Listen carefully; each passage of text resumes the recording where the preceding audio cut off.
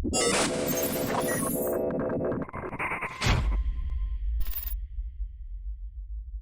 is up, everyone? It's Chewburger84 for the Alternate Reality Network, and we are back with some Marvel Strike Force content. Now, I am super stoked about the release of Shuri coming out tomorrow. I really can't wait to play her. I'll definitely be unlocking her straight away. But what we wanted to do is get you as quickly as possible our recommendations for the T4 ability mats that you might use for the Wakandan team. Now, this one has not been anywhere near as straightforward as it has been for the Fury Shield team, for the Defenders, for the Kree. There's some very, very clear-cut winners when it comes to the T4 abilities in those teams. The Wakandan team has so many good options that I absolutely expect our comments to be full of, "Oh, you should have put it in this one first." And do you know what? In many cases, you're right and you're wrong at the same time. So I think there are a couple that are absolutely non-negotiable if you want to build this as a raid team. I'm going to explain to you why the guys, myself, Nick and Mike from Alternate Reality have chosen what we have chosen. But to be honest, with the Wakandan squad, there's not many wrong answers when it comes to T4. So let's not waste your time. Let's jump straight into it. For those of you that are time poor, we have an amazing new infographic which mentions all of our key choices. You're going to find that in the link below, and you'll also see it briefly at the end of this video. Let's jump into it. Now, we've actually gone for our top 3 in the one character. Much like Nick Fury and the Shield team, Shuri is going to make this team hum. She is the engine room. She is the war machine. She is what makes it happen. And you have to start with her passive ability. I think everyone, if they're going to agree on one T4 ability for this team, it is going to be Shuri's passive. Why? What it adds to an already amazing raid passive for the Wakandan team is that on spawn, it is going to apply speed up to self and all Wakandan allies. Now, it adds health as well, which is fantastic, but the real winner here is the fact that you are giving speed up on spawn. That is what made the Fury team the dominant raid team for the last, what is it now, 8 to 9 months? Because they were able to have a full rotation of their turns before the other team went. So that puts the speed of this team significantly higher than almost every other raid team out there, with the exception of Fury Shield. I think most people are going to have this as their #1 choice. If you only have one set of team mats right now, you should absolutely put it here in the Shuri passive. Now, the next one, I think that most people will probably agree this is the second most important as well. And that is for her KIMOYO healing ultimate ability. Now, it's on such a low energy cooldown. The fact that there's going to be energy humming around all the time, I think this is one that's going to be tremendous. So the fact that this already heals the most injured ally for 5% of this character's max health, and then it goes through and adds a bunch of other heals after that, okay? And then cleanses if you have Wakandans with debuffs on them as well. The fact that you can add a 4th time of healing for this is something that I think is just essential. I mean, the fact that you're going to get another debuff gone, you're going to get another heal off. It's even more important if you're coming up against a team that is full of heal blockers, because you might miss, say, 2 out of the 3 heals because they were taking off heal blocks or trying to heal through heal blocks. So I think that this is #2 for me. All right, I think most people are going to put a T4 on KIMOYO healing. This is where I think some people are going to argue with the choices we've made, and it's absolutely fine. I think what's important in raids is different to other people. Some people are all about high damage and clearing very rapidly. Other people are all about sustain. I'm a sustain guy. Pretty much all the passives that I put on the Fury Shield the first time around was all about energy generation, durability, and healing. So let's have a look. I actually went for Shuri's instant upgrade as the #3 best option for T4 mats for the Wakandan team. Why? I know some people are screaming going, what about Black Panther? Or, what about Okoye? What about Killmonger? There's some great choices on every single one of those characters. The reason I've gone for this one is that generating an extra ability energy is always a good thing. In teams that have very low cooldowns or very high cooldowns, rather than being sort of a midline team, it means that you can get those sustained cooldowns and those defensive cooldowns up significantly higher. If you get lucky with this, it might mean that you're able to feed more energy to M'Baku, so he's constantly getting those taunts off. Maybe some of this feeds back into Shuri so that she can go off with her ultimate again, or maybe even use this ability again, okay? So I'm a big fan of energy generation characters. My recent experience in Fear the Darkness has really got me doubling down on how important energy generation is. I think some people won't have this in their top 5. I personally think it's a superstar because all the other abilities that you are going to see for T4 recommendations, they need energy to go off. And if you don't have energy, you're not going anywhere. So for me, the third best T4 upgrade for Wakanda is the Shuri Special Instant Upgrade. So it's very rare that I ever recommend dumping 3 sets of T4 mats into one character, because if you get poor red star rolls or something like that, it may make it feel like it's less efficient. But Shuri is just going to be a rock star in this team for raids. Now, I don't think too many people are going to be surprised in me recommending the T4 passive for Black Panther. Now, it does give you an extra 20% chance of jumping in after you get a kill with 100% full energy. The fact that he has had some buffs to his ultimate ability, the fact that he has got a few other benefits coming through from the rest of the Wakandans, the fact he's got now more bonus damage from charge, he's going to be able to get charge more frequently. The kill rate of Black Panther is going to go up. It may not be him doing the kills most of the time, but I think you're going to have characters like Killmonger and Okoye set him up really well. The fact he may get someone almost all the way down and then Okoye may jump in, he's still going to proc off the kill. So I still feel this is tremendous, and it also gives you that flexibility with Black Panther to operate on a Brawlers team. And we know that Brawlers team can go from, let's say, 70% of effectiveness to 120. I'm making up statistics, obviously, just with this passive, because those assist kills that keep coming through just feed Black Panther over and over.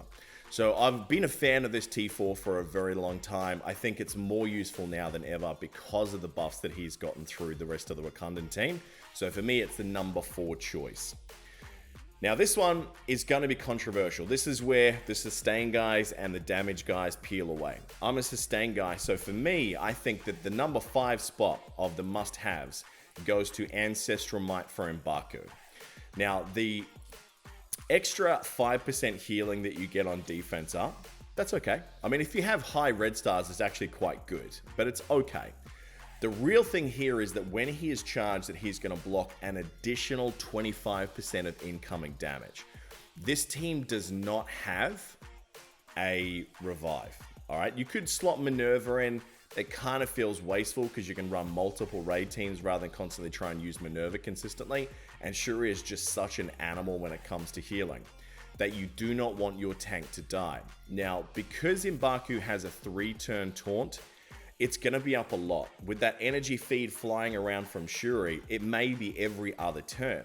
If he is permanently taunted, there is a very good chance that he's going to eat a lot of damage at some point. Let's say Ultima 7 has a lot of Ultron nodes. The defense up's not going to matter. They're potentially going to punch a large hole into the armor of M'Baku. We do not want him to drop. Him being able to absorb an additional 25% damage keeps the tank alive, which allows everyone else to keep doing what they do best. Healing, assisting, debuffing, taking the buffs off the other team. So everything that they need to do, they can keep doing if the tank is eating as much as they can. And 25% is a huge amount of block. So I actually really like this. After the top 3, so many of these are very close. So let me go through our runners-up. All right, so we also had Call of the Mountain. I like this a lot because obviously if you've just done the passive, we know that for every charge that he has, he's going to be able to get a block off, and a very effective block at that. So by having gained an extra charge and an extra counter, it's going to do 2 things. Number 1, you're going to be able to block a ton of damage with that charge. Number 2, the more counter that you have up for this character, the more benefits that you have against characters that require chains, because many chains are interrupted by counterattacks. It's one of the things I love about M'Baku's kit is that he stops those guys from linking in to whoever is near M'Baku. Okay, and because again, when you have this upgraded with the T4 mats, even with just the T3 mats, you are going to have his ability energy cost for this down to 3, which is so small. You know, he's going to be taunting a lot, and it is absolutely worth it. I know there are some people that have discussed that the ultimate can be quite good, but it's so situational that I wouldn't recommend it. I mean, if you've done everything else and you've got T4 mats raining down, sure, but I think they're better placed onto other damage dealers like Killmonger. Now, Killmonger has two great ones if you ask me, and they were so close to making the top 5, but again, I'm a sustained survivability guy in raids. I'm going to clear as many nodes as I can without losing any heal energy. If that means I have to spend more energy to do another attempt because I timed out, fine. These two are amazing. So focus fire, guaranteeing that you are going to get an extra bonus 2 attacks every time he crits, that you're going to get an extra 10% drain off of those, and you're also going to make sure that the primary and secondary attacks are all doing 40% bonus damage. This is actually monstrous for DPS, and this is why it was so hard for me to decide, and the other alternate reality guys, is this a top 5 ability or is it a bottom 5? Those guys actually argued against me. They said this should have been number 5. I go back and forth every 5 minutes. I made the call today. We're going to go with sustain. But this is an awesome ability. It really is. I mean, the guaranteed 40%, 40%, 40% when he crits, that's a lot of extra damage. So I really recommend this once you've done those initial ones that really give this team their engine.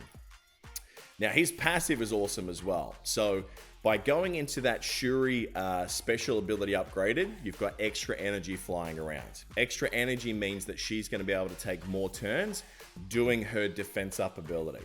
That means that this fella over here is going to have more opportunities to not only counter attack, but he is also going to be able to do his shooting the most injured ally. So when you add all this up, it's actually quite a significant amount of damage that every time Killmonger gets defense up, he's going to punch a hole through a wall on whoever that lowest character is. If Okoye has already put defense down on that character, wow, it's got the potential to do a lot of damage. So I really, really like this as the last one. Any passive damage that this guy does, he's going to obviously get a lot of drain from this, whether it's primary or whether it's his passive here. And that means that his self-sustain is going to be so good that Shuri is going to be able to heal the characters that need it, most likely the tank, which will be M'Baku. So I'm a huge fan of both. I'd say the primary, the basic ability, definitely first of those two, and then Retribution. The other two have damage boost, which is always nice, but again, they're not essential to make this team go.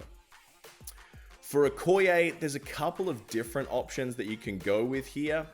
The only one that we would really kind of recommend would be to allow Okoye to punch up against red stars a little bit. I mean, adding the extra 50% focus on this attack, it's not really going to change your rate of frequency of taking off a Thanos taunt. I mean, 50% is nowhere near enough. It's not a JJ type strip.